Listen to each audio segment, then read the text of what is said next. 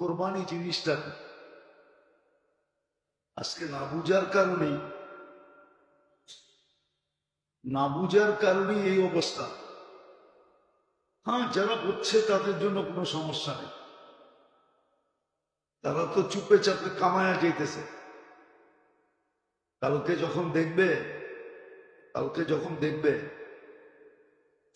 যে 2.5 গুণের গরু 70 গুণ বাইরা ওজন হয়ে দাঁড়াইছে, না কোরবানি আপনি যতটুক দিবেন কিয়ামতের মাঠে এটা 70 গুণ বাইরা দাঁড়াবে।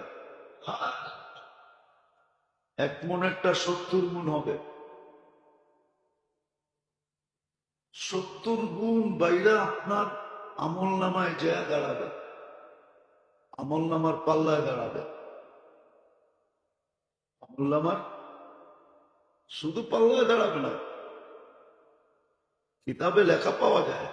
আবার এটাও বলতে পারে যে আমার পিঠে চলো, আমি তোমাকে জান্নাতের গেট পর্যন্ত পৌঁছে দিয়ে আসি।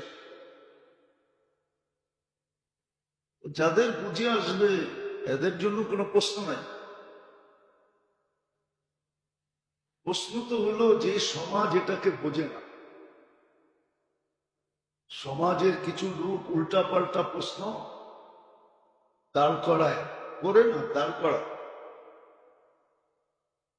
আবার এটা টকশোতেও প্রচার হয়, টকশোতে মিডিয়াওয়ালাদেরকে দোয়া দেওয়া দরকার। মিডিয়াওয়ালারা যদি টকশোতে দান না করাইতো তাহলে এই চেহারাগুলা চিনতে আমাদের কষ্ট হতো। মিডিয়াওয়ালারা এগুলারে দাঁড় করানোর কারণে আমরা এই চেহারাগুলা চিনতে পারতেছি, নাইলে এই চেহারাগুলা লুকাইতই থাকতো, কেউ চিনত না।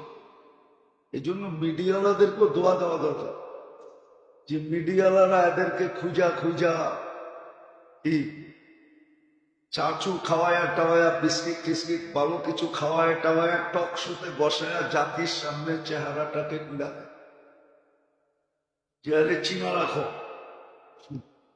এ কিন্তু এই মতবাদ আদর্শের লোক। তাহলে মিডিয়াওয়ালা যদি টক শোতে না উঠাইতো আপনি কোনো নাস্তিককে চিনতেন না কি? মিডিয়াওয়ালা যদি না উঠাইতো আপনি কোনো ভুয়াকে চিনতেন না। ভুয়া চিনেন? ভুয়া চিনেন না?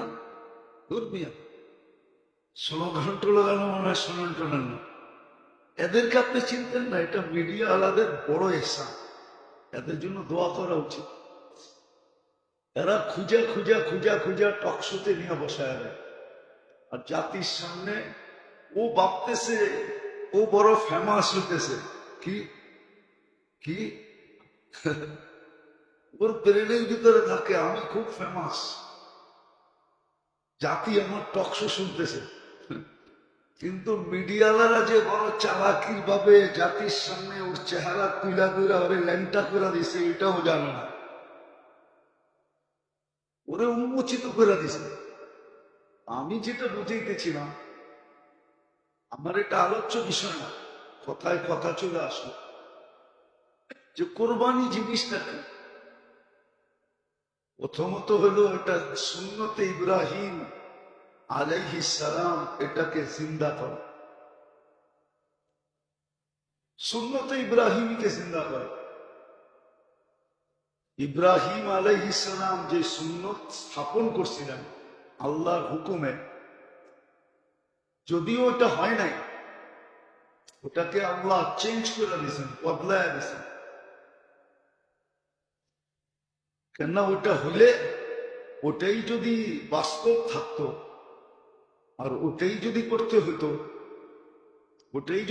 হতো তাহলে মানুষের জন্য বিরাট বড় কঠিন হয়ে দাঁড়াইতো। আল্লাহ সুন্নতে ইব্রাহিমীকে জিন্দা করার জন্য ইসমাইল আলাইহিস সালামকে যে জবা করার হুকুম দিছিলেন, ওটাকে জিন্দা করার জন্য তা কিয়ামত পর্যন্ত আল্লাহ কোরবানির প্রচলন রাখছেন। যদিও হুকুম ছিল ইসমাইল আলাইহিস সালামকে জবা করা, আর বিলকুল ময়দান পর্যন্ত নিয়েও গেছেন, ছুরিকে চালায়ও দিছেন, কিন্তু ছুরিকে আল্লাহ চলতে দেন না। ছুরিকে আল্লাহ চলতে দেন না। ছুরি চলতেছিল, কেননা ইব্রাহিম আলাইহিস ইসলামের তো চোখ বাঁধা ছিল। ইসমাইল আলাইহিস ইসলাম বলছিলেন, আব্বা চোখটা বাঁধা না, কেননা আপনি আমার চেহারা দেখলে মায়া চলে আসতে পারে। আল্লাহর হুকুমের ভিতরে আল্লাহর ভালোবাসা যেন আমার ভালোবাসার উপরে প্রবল থাকে, ওইখানে যেন কোনো রকমের ধাক্কা না আসে, এই জন্য চোখটা বেঁধা না। উনি চোখ বেঁধা নিছিলেন, চোখ বন্ধ ছিল, দেখতেছিলেন না, ছুরি জাগা মতোই চালাইতেছিলেন, কিন্তু আল্লাহ ছুরিকে চলতে দিতেছিলেন না। ছুরি যখন চলছে, তখন ছুরির নিচে ইসমাইল আলাইহিস সালাম ছিলেন না, ছিল তো জান্নাতের দুম্বা, ওটা জব হয়ে গেছে। যা বাপ বেটার যে এক ঐতিহাসিক মুহূর্ত, এটাকে তাও কিয়ামত পর্যন্ত জিন্দা রাখার জন্য কোরবানি হলো সুন্নতে ইব্রাহিমী। আর খুশি খুশি ওই বেটা ওই লোকটাই করবে, সুন্নতে ইব্রাহিমী ওই লোকটাই জীবিত করতে পারবে খুশি খুশি। কি যে ইব্রাহিম আলাইহিস সালামকে পিতা বলে স্বীকার করবে। কোরআন বলছে আবুকুম ইব্রাহিম, তোমাদের আব্বা ইব্রাহিম, আমাদের আব্বা কিন্তু ইব্রাহিম, আমাদের বাবা। কোরআনের ভাষায় ঘোষণা, আমাদের আব্বাকে ইব্রাহিম। বাবার অনুসরণ অনুকরণ ওই সন্তানই করতে পারে। বাপের ইজ্জত, বাপের কেরিয়ার, বাপের লাইফ স্টাইল, বাপের চালচলন, বাপের কদমে কদমে চলা, ওই সন্তান দ্বারা সম্ভব হয় যে বাবাকে আসলে বাবা হিসাবে যতটুকু শ্রদ্ধা, স্নেহ, মায়া, মমতা, ভালোবাসা দরকার অতটুকু করতে পারে। সেই কিন্তু বাপের অনুসরণ করতে পারে। আর যেই ছেলের বাপের সম্বন্ধে কোনো প্রশ্ন থাকে, সে কিন্তু বাপেরটা বাপের মতো করতে পারে না, আর বাপের মতো হয় না। শুধু শুধু বলে না বাপকা বেটা, বাপকা বেটা ওই ব্যক্তি হতে পারে যে বাপকে আসলেই বাপ বলে স্বীকার করে। সে বাপের থেকে কিঞ্চিত ওদিক ওদিক যায় না, কিঞ্চিত সরে না। বাপের যতগুলা ভালো গুণ আছে, এগুলা সে অক্ষরে অক্ষরে নিজের ভিতরে আনে। তো সুন্নতে ইব্রাহিমী মনের থেকে ওই ব্যক্তি জিন্দা করতে পারবে খুশি খুশি খুশি খুশি, যে ইব্রাহিম আলাইহিস ইসলামকে আসলে জাতির পিতা হিসাবে মানবে, নিজের পিতা হিসাবে মানবে। একটা হলো জাতির পিতা মানা, আর একটা হলো আমারই পিতা। দুটার ভিতরে কিন্তু ভিন্ন আছে। আমারই একমাত্র পিতা, যে নিজের একমাত্র পিতা বলে মানবে, সেই কিন্তু সুন্নতে ইব্রাহিমীকে মনের থেকে প্রতিফলিত করতে পারবে,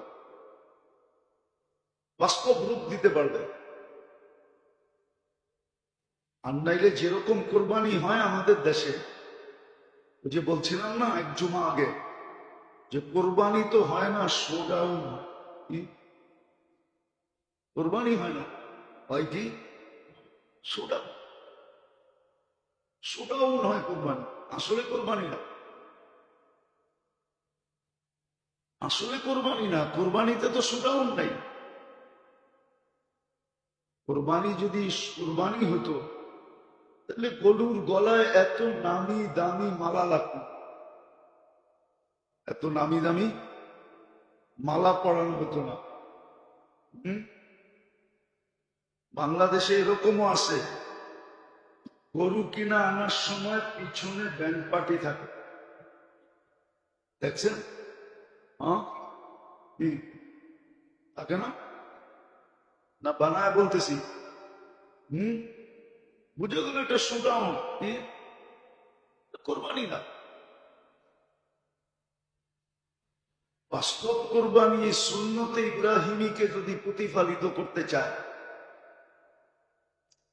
আর কিয়ামতের দিন যদি ইব্রাহিম আলাইহিস সালামকে পাশে পেতে চায়, নিজের পক্ষে পাইতে চায়, তাহলে কোরবানি সুদাউন হবে না, কোরবানি তো হবে লিল্লাহ। কোরবানির ফলসাফা বা ফিলোসফির প্রথম কারণ হলো সুন্নতে ইব্রাহিমীকে জিন্দা করা। ইব্রাহিম আর ইসমাইল আলাইহিস সালাম মিলা বা তিনজনে মিলা যে কাহিনীর অস্তিত্ব দিছেন,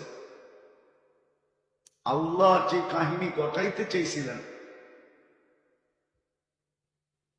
যে সন্তান আর মা বাবার সাথে যে ভালোবাসার বন্ধন পরীক্ষামূলক দেখাইতে চেয়েছিলেন, যে আমি খলিল কেন বানাইলাম।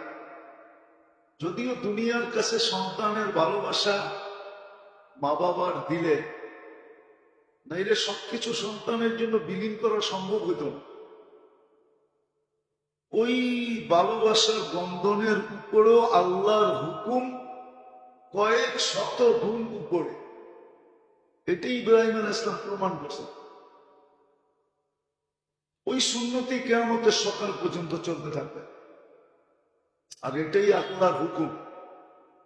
তারাকনাহু ফিল আখিরিন, আল্লাহ কোরআনে এটাই হুকুম দিয়েছেন যে আমি আপনার সুন্নতকে কিয়ামত পর্যন্ত এটাকে